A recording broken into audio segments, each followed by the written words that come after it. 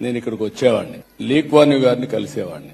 నేను ఒకరోజు తెల్లవారితో నిద్రలేసి ఎక్కడ చూసినా కాగితం కనపడేది కాదు. తెల్లవారితో ఆలోచించి హైదరాబాద్ లో ఎక్కడ చూసినా కాగితాలే. అది చూసిన తర్వాత నాకు అనిపించింది, మనం కూడా ఇలాంటి ప్రాక్టీస్ చేయాలని. ఎట్లా చేస్తున్నారంటే, రాత్రి బయలుదేరి రాత్రంతా మొత్తం ఊరంతా తిరిగి కడాన ఈ చెత్త ఏ విధంగా కలెక్ట్ చేస్తున్నారు చూసిన తర్వాత, ఆ చెత్తని అప్పట్లోనే ఎనర్జీగా కన్వర్ట్ చేసే ప్లాంట్ కూడా వెళ్లి చూసిన తర్వాత, డిటో రాత్రి క్లీన్ చేసే వ్యవస్థ ఆంధ్రప్రదేశ్ లో హైదరాబాద్ తీసుకొచ్చి ముందుకు పోయాం.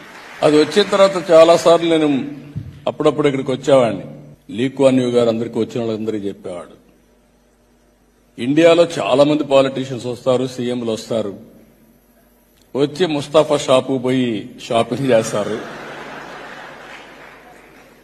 సంతోష్ ఐలాండ్ పోయి కసోపు ఉండి ఎంజాయ్ చేస్తారు, దాన్ని ఎక్కడికి పోవాలని ఇక్కడే కనెక్టివిటీ గట్టి వచ్చి వెళ్తా ఉంటారు. కానీ ఒకే ఒక పాలిటీషియన్ ఆంధ్ర సీఎం చూసా, ఇక్కడికి వచ్చి ఏ విధంగా పరిశుభ్రత ఉందో చూసిన తర్వాత దాన్ని అమలు చేశాడంటే అది నా అడ్మిరేషన్ చెప్పనే పరిస్థితికి వచ్చాడు.